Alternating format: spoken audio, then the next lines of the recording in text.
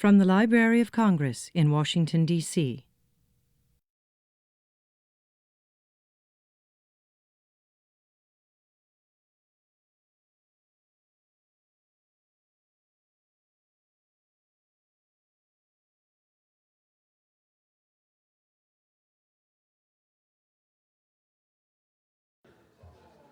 Welcome. Thank you so much. This is going to be such an exciting evening.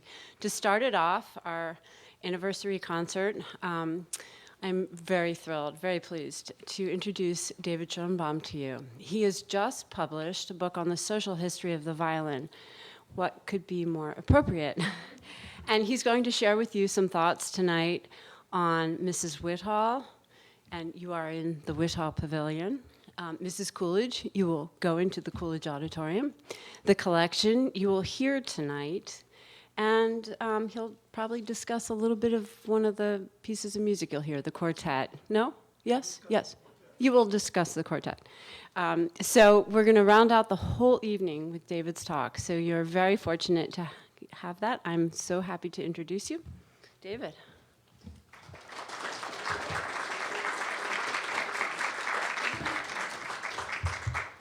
Of course, I'm happy to be introduced, and I am happy to thank Carolyn for the kind words, and the music division, Anne McLean, and the music division for the invitation, and all of you who have remarkably turned out tonight to be the audience.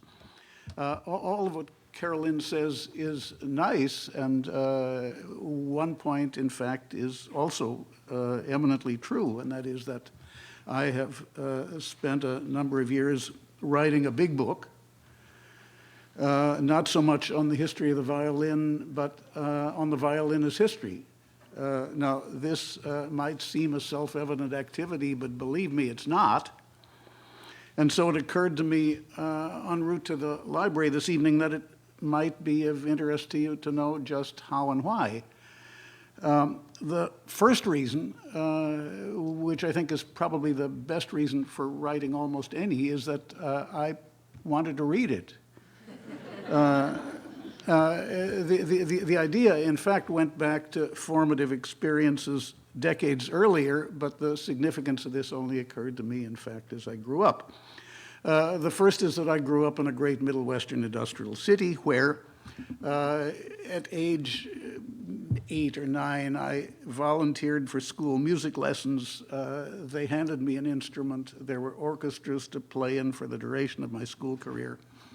All of this at the time seemed self-evident. It was only years after that I realized that it wasn't at all self-evident, that it's scarcely imaginable today, and that it was therefore, seen from our perspective, historically interesting. Now, the other formative experience was a curious sequence of teachers in my high school years en route to college. 3 of them in 3 years, all of them in their way significant figures. One of them had been among the last students of the iconic Hans Zitt, who was a large figure in the golden era of the Leipzig Conservatory, and lived into the 1920s when my teacher had the good sense to study with Zitt and decamp for the United States. He then played for a number of years in Chicago in the days when there were German restaurants with orchestras included. He played in theater orchestras. He made his way to respectable academic employment. He was an old German pro of a kind you read about in books and don't necessarily meet very frequently anymore, who passed on the trade in the old German tradition to a son who played for many years in the Chicago Symphony, and then decamped for the University of Texas, leaving me to his successor, who was a genuinely colorful figure. Born in Davenport, repatriated to Europe at an early age after his father died, where he improbably acquired a fun which wasn't necessarily there before he got there. He was exhibited at the White House to President McKinley as a child prodigy. He made his London debut at 9. He's photographed, and you can find him in Google. His name was Florizel von Reuter. That's also a name you don't run into every day. You can find him in Little Lord Fauntleroy mode among the Google images. This is not, of course, the persona that I was familiar with. He had, or believed he had, a special relationship to Paganini, which led him to a secondary career in spiritualism. He attended seances with Arthur Conan Doyle. This too, at age 15, seemed an interesting experience, but not necessarily a remarkable one. As I grew older, I realized it was pretty remarkable. Then came the third figure, collaterally related to all of the gentlemen on your left, who was only 80 miles away. His name was Rudolf Kolisch. He was the presiding figure in one of the great quartets of the 20s and 30s, the kind of quartet, in fact, that Mrs. Coolidge went out of her way to recruit for performance in the adjacent auditorium. What was remarkable about these three figures, all three in 3 years, was that they were all Central Europeans, they were all far from home, they all shared a generational experience, they all shared a language, they all shared a common professional socialization. They were utterly disinterested in one another, which I also found interesting as I grew older. And they were all, for circumstances beyond their control, reduced to the circumstance of teaching me. This, too, was something I took as given at age 15, but realized as I grew older was of some historical significance. Now, the experience of these three teachers persuaded me that there was a story there, and that the story, while musical, was a story that far transcended music. And this particular inference was confirmed by a nice coincidence in the early 70s when I happened into a book review commission for the New York Times. Joseph Wexberg, a name some of you might recall, who was an ornament at the New Yorker, published a series, I think in the late 60s, early 70s, on Emil Hermann, the New York dealer. Wexberg, if you don't remember the name, was of that generation of Central European Jews who lived interesting lives for reasons beyond their control and in ways they didn't necessarily anticipate or relish.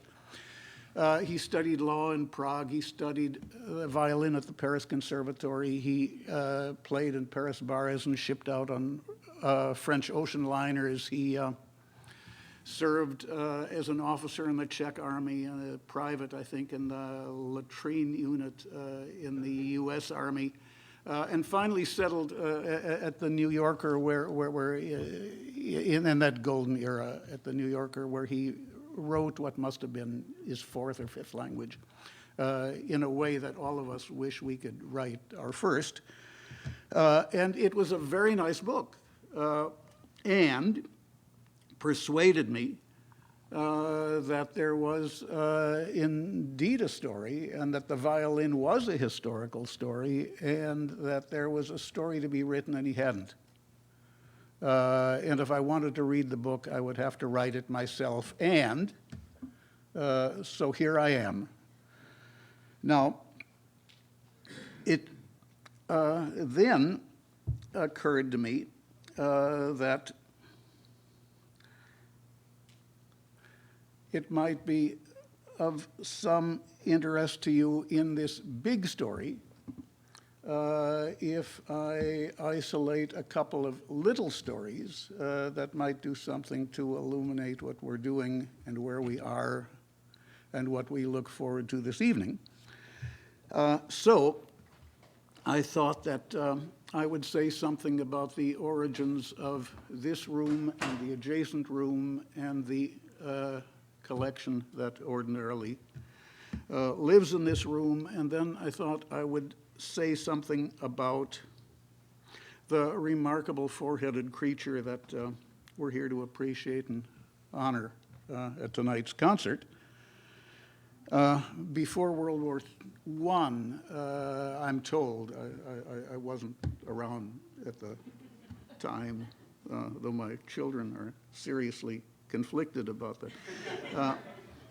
Before World War I, people like to say that there were 5 perfect institutions in the world. There was the British Parliament, there was the French Académie, there was the Roman Curia, there was the Prussian General Staff, there was the Russian Ballet, but I think, in all fairness, that an audience like ourselves would understand that the string quartet is surely a 6th. And so it occurred to me that it might be useful and even interesting to you if I read you a few of the pages here. First on Mrs. Coolidge and Mrs. Whittle and the origins of this room and this collection. And then something on the genealogy of the string quartet, the genealogy and ecology of the string quartet, and then perhaps we could talk with one another. Now, private collecting in the United States goes back to the 1880s when Americans began collecting violins as they collected art. Institutional collecting was relatively recent. The first serious institutional collection I know of, which some of you may know, is at the Ashmolean in Oxford. And was a bequest to the Hills, so I might tell you a little about that too. The Hills, the great London dealers, on the eve of World War II, who had targeted Oxford's Ashmolean Museum, which was Britain's oldest public museum, and turned it into a significant instrument collector, but of a very different kind from the Library of Congress. With one notable 18th century exception, the Hill bequest was limited to the 16th and 17th centuries, reaching back to a violin and viola that far predate anything here, by Gaspar da Salo, and a violin and viola by André Amati, who is the father of them all. That was believed to be from the collection that André Amati sold to the French court, believe it or not, in the 16th century. Now, the exception, this is to say relatively recent by those standards, housed in a glass case all its own, is an instrument you may have heard of, a 16 Strad known as the Messiah, which is probably the world's most famous violin, and unplayed. The collection came with an ironclad stipulation that the instruments be seen but not heard, quite different from here, and that the family retain control of who'd be allowed to handle them. Now, that gets us to Washington. Philanthropic collecting took a significantly different course in Washington. Between 1924 and 46, a critical mass of women patrons, another novelty, by the way, in the world of violin collecting, set about making a modest national capital, this one, then, a Stradivari capital. They also made sure that the instruments would be played, with the US government as the unlikely trustee. The process began with a conjunction of a wholesale grocery fortune and a passion for chamber music. On October 23, 1924, Elizabeth Sprague Coolidge, a Chicago heiress and a talented amateur pianist, informed the Library of Congress of her intention to build the library an auditorium for chamber concerts and endow a trust fund to pay for them. Congress, now this will impress you, took only 3 months to agree to the auditorium. Well, it was a free good. The trust fund, with no precedent in public law, took 5 weeks more. On March 3rd, 1925, President Coolidge, no relation, signed the enabling legislation a year and 5 days after the letter of intent. Think of that. The auditorium was dedicated with a series of 5 concerts. The Library of Congress concerts soon became a local institution, right? The instruments followed a decade later. This time the passion for chamber music was supported by a Worcester, Massachusetts carpet manufacturing fortune. In 1934, Gertrude Clark Whittle, originally of Omaha, Nebraska, widowed since 1926, settled in Washington, where her home musicale led her to the violinist Louis Krasner. Krasner then helped guide her to a quartet of Strads, plus a 3rd Stradivari violin and 5 Tourte bows. In 1935, she donated the instruments to the Library of Congress with a further endowment to build a pavilion for them adjacent to the Coolidge Auditorium and a sustaining fund to assure their use by a resident quartet. Beginning in 1936, the Whittle concerts became a Washington institution, and they continued uninterrupted through World War II, although the instruments were evacuated to Denison University in Granville, Ohio, for the duration of the war. For Edward N. Waters, the longtime assistant chief of the library's music division, the care and management of Mrs. Whittle could be as challenging as the care and management of the instruments and pavilion, but the benefactions kept coming.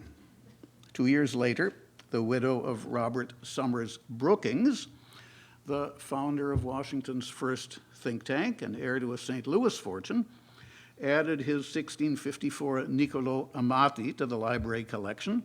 In 1952, Fritz Kreisler, one of the 20th century's bellwether artists, and a naturalized American since 1943, topped it up with a donation of his 1733 Del Gesù and what turned out to be a hill bow, though it was presented as a Tourte. Now, I'm going to extend for the Washington angle. I think you might like to know about the Corcoran collection, too. The third of the Dowager patrons was Mrs. Anna E. Clark, second wife of William Andrews Clark, whose election by the Montana legislature to the U.S. Senate in 1899 and again in 1901 was a powerful argument for the direct election of senators.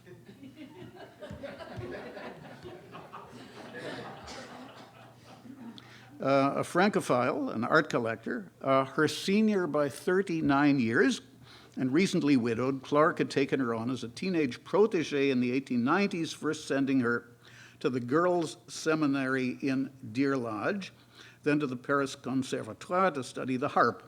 In 1904, they married. The certificate was predated to 1901 to legitimate 2 children born in the interim.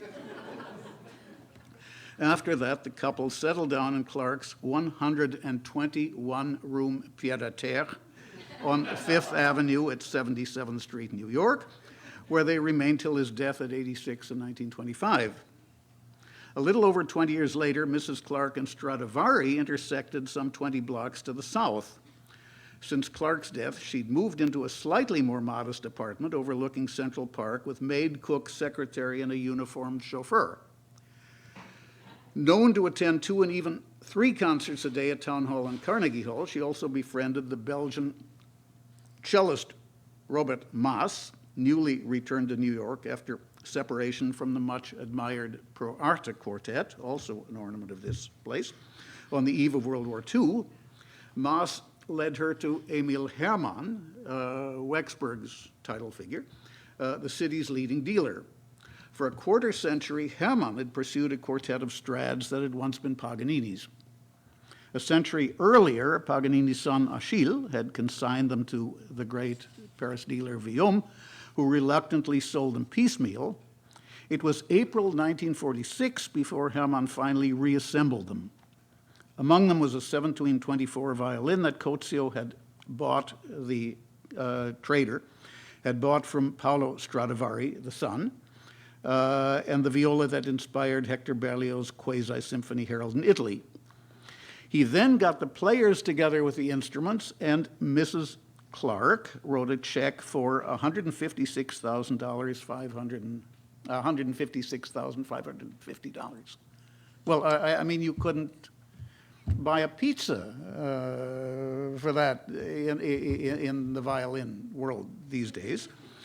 And she put this together with the players. For the next 20 years, they toured as the Paganini Quartet.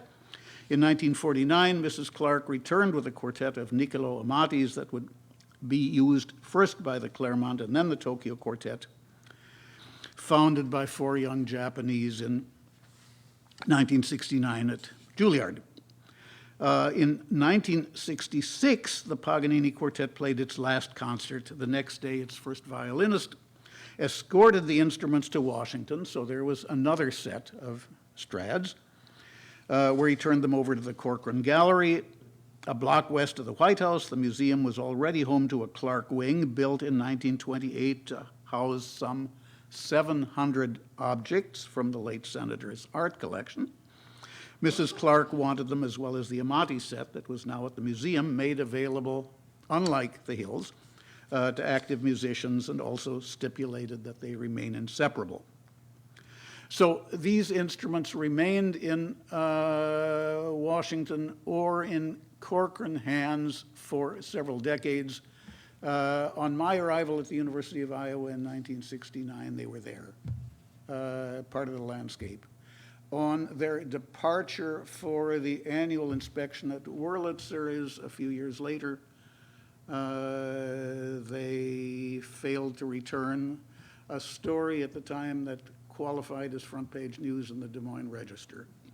They were then assigned to the front desk players of the National Symphony, and they were then assigned to the Cleveland Quartet in its great days. And they then, as the Corcoran's golden glow turned yellow, they moved on to East Asia, where they were acquired by the Japan Foundation, which ironically has loaned them for the duration of its existence to the old Tokyo Quartet, although it now consists of only 2 Japanese and 2 non-Japanese. So they're still in the United States. Meanwhile, as you probably know, the Smithsonian has acquired, in a rather complicated way, a second set of Stradivari's, a second quartet of Stradivari's. Though they're at the moment unavailable for reasons of elaborate renovation. Now, let me move on to something rather different, and this is about the string quartet. An institution for which I must say I have some affection too. For a minority of dedicated players with a passion for some of the greatest music ever composed, armor-plated psyches, and a preference for life without a conductor, chamber music could not only be an alternative career, it could be a professional promised land. Intended for small ensembles, in small rooms, it already had a long and established history by the time Bach died and Mozart was born. But no previous combination of instruments could match the open-ended possibilities of 2 violins, a viola, and a cello, discovered almost serendipitously by Haydn, Mozart, Beethoven, and, as the Miro Quartet will confirm tonight, by Schubert, within little more than a generation. Not surprisingly, professional as well as amateur players wanted to play quartets, and audiences wanted to hear them. Paganini played Paganini in public, but he played quartets with colleagues in private, and even knew the late Beethoven quartets. By the mid-19th century, professional quartets had emerged from private chambers and made their appearance in concert halls. Touring lions like Bayot, Ernst, and Vuitton joined local colleagues where and when they could find them. In 1844, Joseph Joachim, 13, played Mozart and Beethoven with local talent on his first visit to London. His own quartet, launched the same year as the Berlin Conservatory in 1869, survived till his death in 1907. The season of 4 programs, each repeated twice, began in October and ended in December. Meanwhile, the quartet's members, all professors at the conservatory, maintained their day jobs. It was 1891 when 4 students in Prague, among them Dvořák's future son-in-law, Josef Suk, formed the first full-time professional quartet. By 1902, it had played its 1,000th concert. It survived till 1933. Quartet playing, of course, was not a way to get rich. How do you become a millionaire by playing quartets? Was the mother of all quartet jokes. Start out as a billionaire was the answer. For some, find a billionaire was the next best option. By the end of the 19th century, the ensemble was as well established and as ubiquitous as the opera and the symphony orchestra. Those who could supplemented their income with recitals, teaching, and freelance and orchestra jobs. Wealth is only useful for 2 things, a yacht and a string quartet, Robert Louis Stevenson remarked. Fortunately, a number of notable philanthropists agreed.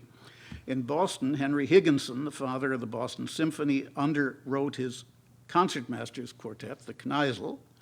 In New York, E.J. de Coppet underwrote the Flonzeli Quartet, which played an occasional charity concert, but otherwise, as the New York Times reported in 1905, plays exclusively for Mr. de Coppet at his home in New York in winter and at his Villa La Flonzale in Switzerland in summer. Reportedly, de Coppet's players were required to remain single for the first 10 years they were under contract. In Philadelphia, Mary Louise Curtis Bach underwrote a Curtis Quartet to serve and represent her conservatory. In Washington, Elizabeth Sprague Coolidge, ding ding, who had already founded the Berkeley Quartet while living in Pittsfield, Massachusetts, endowed the Coolidge Quartet to play in the dedicated 500-seat concert hall she had also endowed at the Library of Congress, and where the 4 Russian Jews of the Budapest Quartet, outfitted with Mrs. Whittall's Strads, would serve from 1939 till 1962 as the library's resident ensemble. In 1945, a bad year to be a Belgian, a new era began for string quartets when the University of Wisconsin, and that gets us to Kolisch, offered the touring Pro Arctic Quartet from Belgium a new home and established them as America's first campus artists in residence. Then came post-war prosperity, a bull market in higher education, and a sea change in support for the arts that extended into the heady 1970s. By the late 1940s, there were 3 or 4 active string quartets in the United States. A generation later, resident quartets graced campuses across the country, and college and university concert series accounted for half of the Guarneri Quartet's 100-plus annual concerts. For the first time, musicians could make a living by playing in a quartet. Arnold Steinhardt, the Guarneri's first violinist, left steady work and an upscale job with the Cleveland Orchestra to play quartets. If you could leave a steady job to meditate at the feet of a guru in India, why not trade an orchestra position for the intimate, personal expression of a chamber music group? He would later write of his decision. A half generation later, Phil Setzer of the Emerson Quartet reflected on college contemporaries who had aimed at solo careers and wrestled day and night with a Tchaikovsky concerto and were now selling insurance. Setzer, too, had no regrets that he'd taken up string quartets. A third of a century after their 1976 debut, the Emersons still played as many concerts as they wished. They taught at the State University of New York at Stony Brook and were among the last quartets with a steady relationship to a major record company. But the golden age had long since paled yellow as audiences turned gray. Well, String quartet music is clearly not for young people. Sonia Simonauer reported in an endearing memoir a few years ago of her life as manager of at least 3 major ensembles, whose members could have been her uncles or older brothers. If the median age is 50, you've encountered an amazingly youthful crowd, she wrote. Yet people seem to like the music, Anne Midgett, now the Post, reported in the New York Times. Would it help to find another word for chamber? Cash flow remained a perennial problem. Still relatively unknown in 1938, the Budapest split $300 of an evening, while Ephraim Zimbalist and his pianist divided $650. Nationally known 7 years later, they split $600, while Natan Milstein, playing solo, earned at least $1,000. A medley of early 21st century fees, 15,000, 12,000 euros, 8,000 pounds, only confirmed the iron law of quartet economics at best, 4 for the price of 1. Americans, both physical and psychological, attrition, both physical and psychological, was another challenge. People of often uncommon individuality, quartet players spent several hours a day in intensive interaction and weeks and months away from home, dependent on one another as mountain climbers. Come domestic and physical rain or come shine, they were then expected, like all performers, to arrive cheerful and well-pressed and play great music well. Wherever they went, Goethe's famous letter to the Berlin composer-conductor music teacher Karl Friedrich Zelter was sure to follow. You hear 4 sensible, reasonable people talk, and you believe you profit from the conversation, he told his friend. This wasn't entirely wrong, but anyone who heard, watched, or met a professional string quartet en route or in action soon realized that quartets, like families, converse in many ways, not all of them sensible. Happy quartets were all alike. Each unhappy quartet was unhappy in its own way.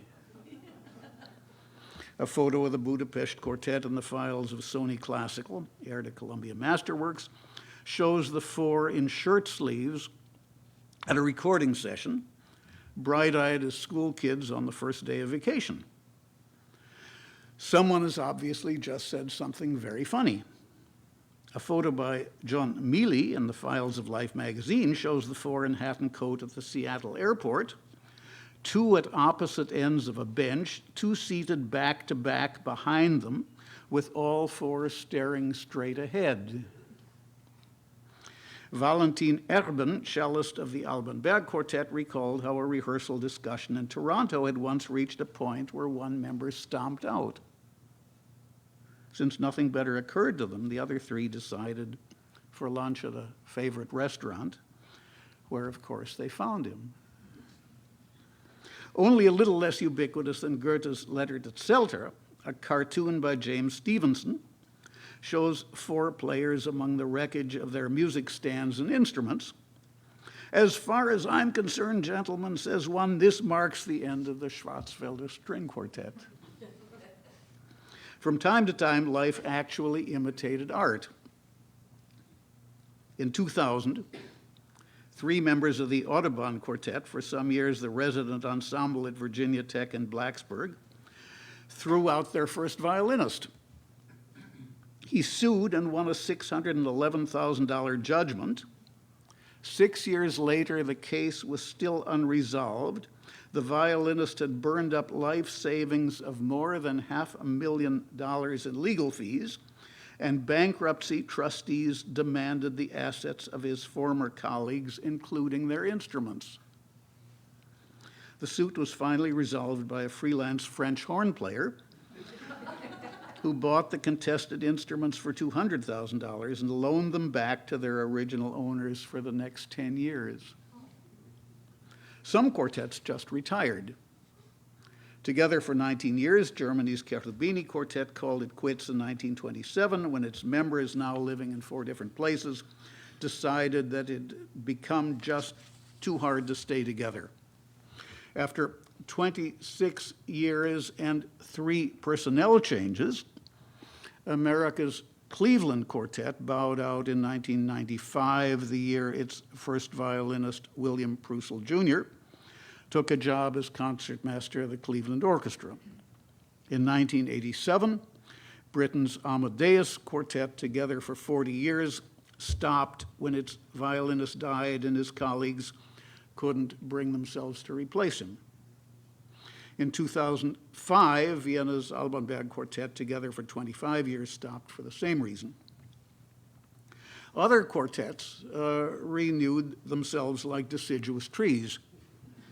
Founded almost simultaneously after World War II, New York's Juilliard Quartet and Moscow's Borodin Quartet were still active after a biblical lifetime. Their personnel at all positions had meanwhile turned over multiple times.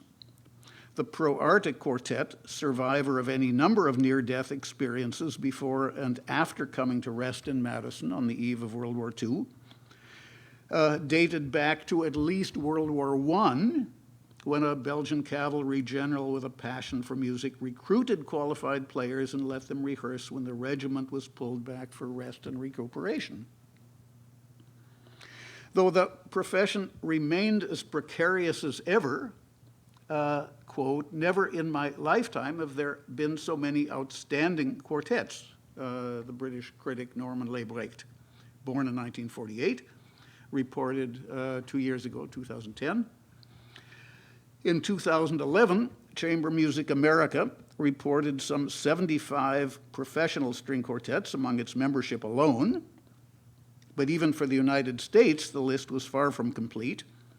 It was anybody's guess how many more quartets were spread around the world, many presumably sighing, like so many New Yorkers and Italians, that their situation was hopeless, but how could anybody do anything else?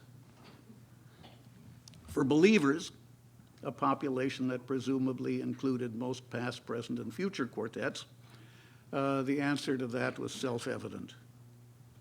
There is simply nothing better than playing string quartets and performing them in public, Arnold Steinhardt declared as he looked back on the quartet he helped found in 1964 and saw to its sunset 45 years later. "I never thought you 4 would make it as a quartet," he quoted Charles Avsharian, the Ann Arbor dealer, fellow violinist, and Curtis alumnus, who'd been present at the Guarneri's creation. People often said the same of old married couples. Now, I can offer you a plan A and a plan B. Plan A, which is not my personal preference, I could read you a little more on amateurs as a species. I know better than I ever intended. But I think it would probably be more fun if we talked with one another. If you can't think of questions to ask me, believe me, I have a satchel full that I'd be happy to propose just to show you how one can pass 15 years profitably with history of the violin as history.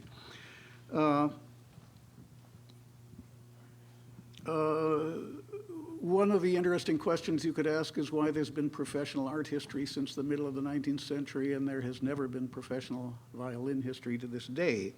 Another question you could ask apropos of the residents of those glass cases is why Italy, why Cremona? A question, believe me, you could ask for fun and some profit is why the Lady Blunt Strad that sold for $100,000 in 1971 sold for $15.9 million last year. Another question you might usefully ask is why the little Jewish boys of 100 years ago are now little Asian girls.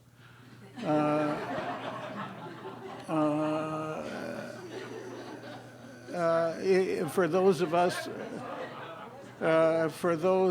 us who take an interest in these things, you might note with interest that the major violin methods of our time come respectively from such unlikely places as Japan, Suzuki, one of the great Japanese exports, and even more improbably from Venezuela, where El Sistema, recently on display at the Kennedy Center, is obviously the flavor of the week.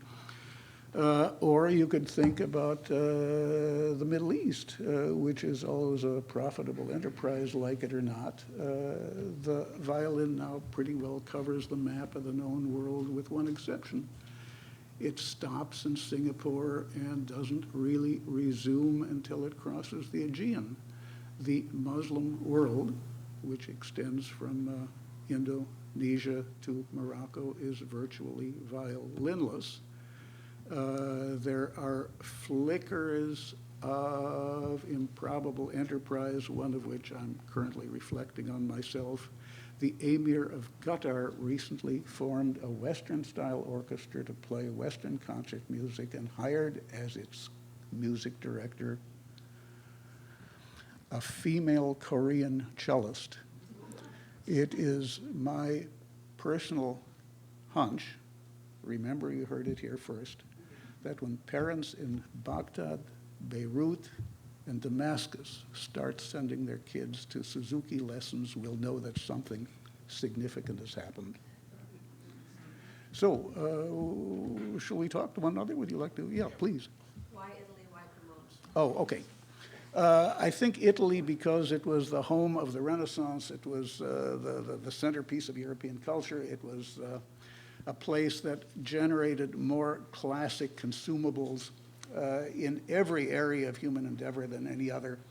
That therefore included furniture, that therefore included woodwork, that therefore included instruments and the music that was played on them.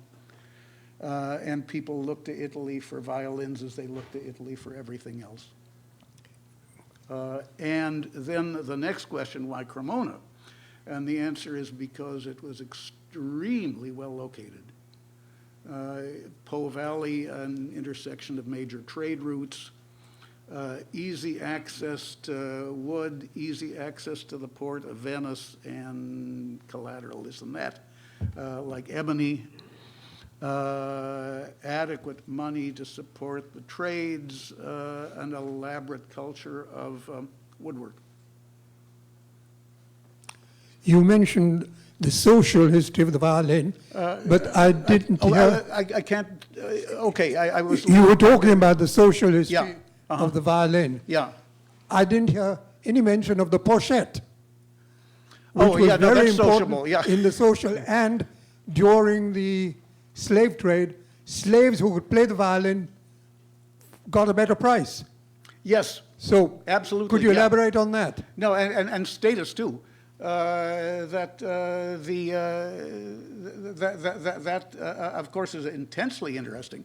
That in the southern states, where there was a slave population and slaves were put to work at all possible jobs, playing for entertainments was certainly one of them. And that slaves who could were desirable. This incidentally had an interesting analog, that there were serf orchestras in feudal Russia, entertained and maintained on much the same basis, and occasionally even sent to conservatories.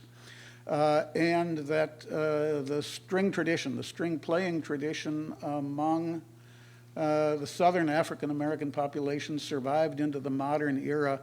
I mean, these are wonderful institutions, but they recorded on ethnic labels, and they played in so-called string bands, played blues and string bands. This is to say, they created, in fact, a genre of their own that survived, well, I guess, until the introduction of the electric guitar. And the specimen, I'm looking for test cases. it was obviously not a very propitious career. That is, conservatories didn't lead to anywhere. There were no orchestra jobs. There were a couple of very, very, very good jazz players, like Eddie South or Ray Nance, and now Regina Carter. And that connection, in fact, comes full circle in an interesting way, because Regina Carter was the first jazz player, probably the first woman, certainly the first African-American, to be invited to Genoa to play and record, in fact, on Paganini's Del Gesù. Well, I mean, I can tell you more, but there is certainly a story there. Can I Yeah. ask you a question? So I wanted to perhaps make a parallel. So the question that you posed that I will reflect back to you that I'm interested in is little European Jewish boys and Asian girls, and I'll make the observation that being a scientist, I noticed in the scientific meetings when I started, there were very few women at conferences. Right. Now when I go to a conference, largely physics and chemistry conferences, most of the women at the conferences are Chinese. There has been an increase in American women, but proportionately a greater increase in women from China who are attending conferences. And I don't know to the extent that there are parallels between science and music. I don't know whether those two shifts have any correlation, but I'm interested in your perspective on, at least on the musician side, Yeah. and maybe any thoughts you have on science. I'm interested too, but I know less than I wish I did.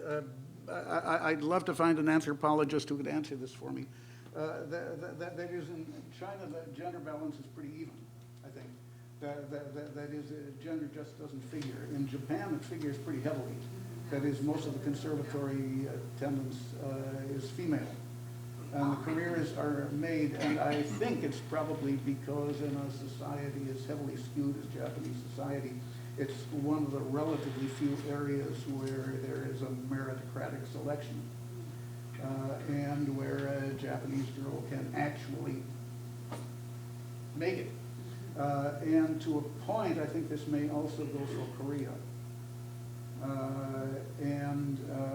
As Western music, the logic of Western music in Japan goes back to modernization and the Meiji reforms of 1867. Among the very first things they did was send people to Europe to see what Europeans did. And that included playing the violin, and they came back playing the violin. And among the first Japanese sent to Europe to learn to play the violin, in fact, were a couple of Japanese sisters. Who were around for quite a long time and treated pretty fairly, actually, but they're now remembered. Western music, like baseball, like driving, like the British on the wrong side of the street, like German law, like French schools, was all understood as modernization. And I think the same applies to Korea, which, after all, directly and indirectly was under Japanese management for many years, and where Western missionaries also played a considerable role in introducing it. The Western missionaries also had a lot to do with introducing it to China, I think, but there was a real market for it. People take up Western music when they decide to join the modern world. That's it. And that would be the common denominator, I think. But I'm this pure hypothesis. I have no idea how you would quantify it. That is the common denominator of science and music, I think. And what is it, after all, that would distinguish East Asia from the Middle East, and that is the obvious ambivalence of most Middle Easterners about joining the modern world.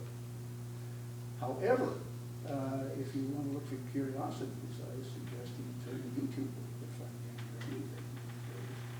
And among other things you can find is an astonishing, brilliant, hair-raisingly wonderful performance of Rhapsody in Blue by a Turkish pianist and a Turkish orchestra.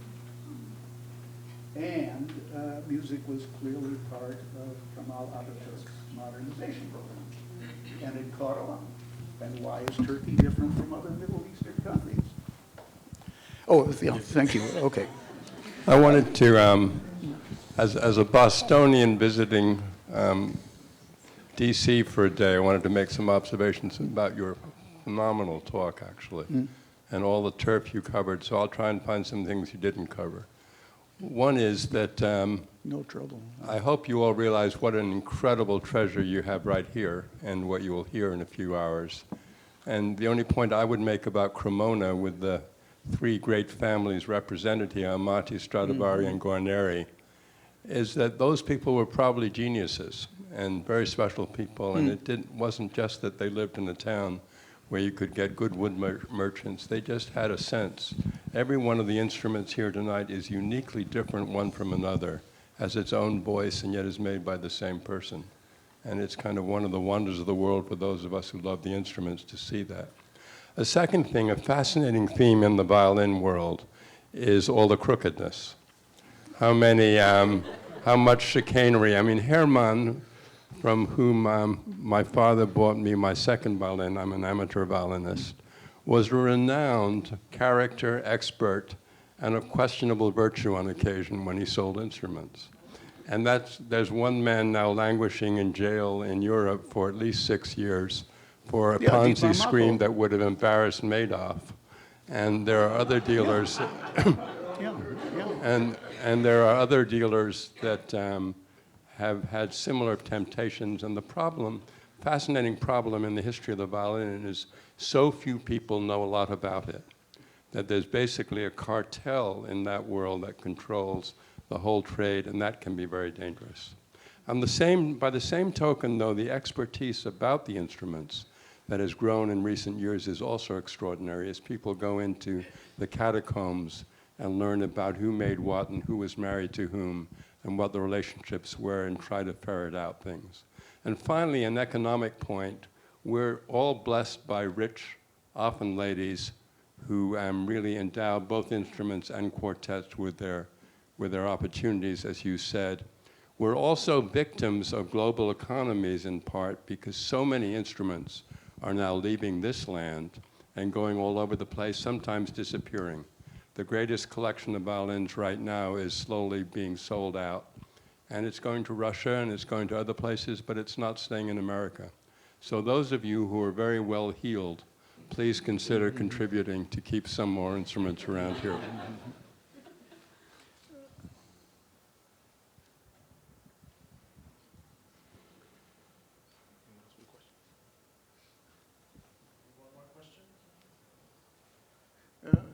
Carolyn, what did you want to do? Oh, yeah, please. So, in the deciduous quartets, do they retain a theme, a philosophy as they go through their seasons of refreshment, or as new players come in? Does that greatly change their... Gosh, it's the kind of question I think you'd really want to ask them. The Juilliard's still a good quartet. Does it sound like the Juilliard in 1950? I don't know. The Emerson is about to undergo a sea change because its cellist dropped out, and this is the first change of personnel since it was created in 1976, I think. And that takes some getting used to. I was thinking more from the looking from the outside, if there are, and I'm totally uneducated about this, whether, the different quartets, they certainly focus, from what I see, on different aspects of, they have their specialties and their approaches. But I'm guessing, I've never been close enough to the scene, but I would guess as an orchestra over time, which after all changes personnel, maintains an identity and a personality, I would think that a quartet would probably do the same. Okay, well, thank you for coming.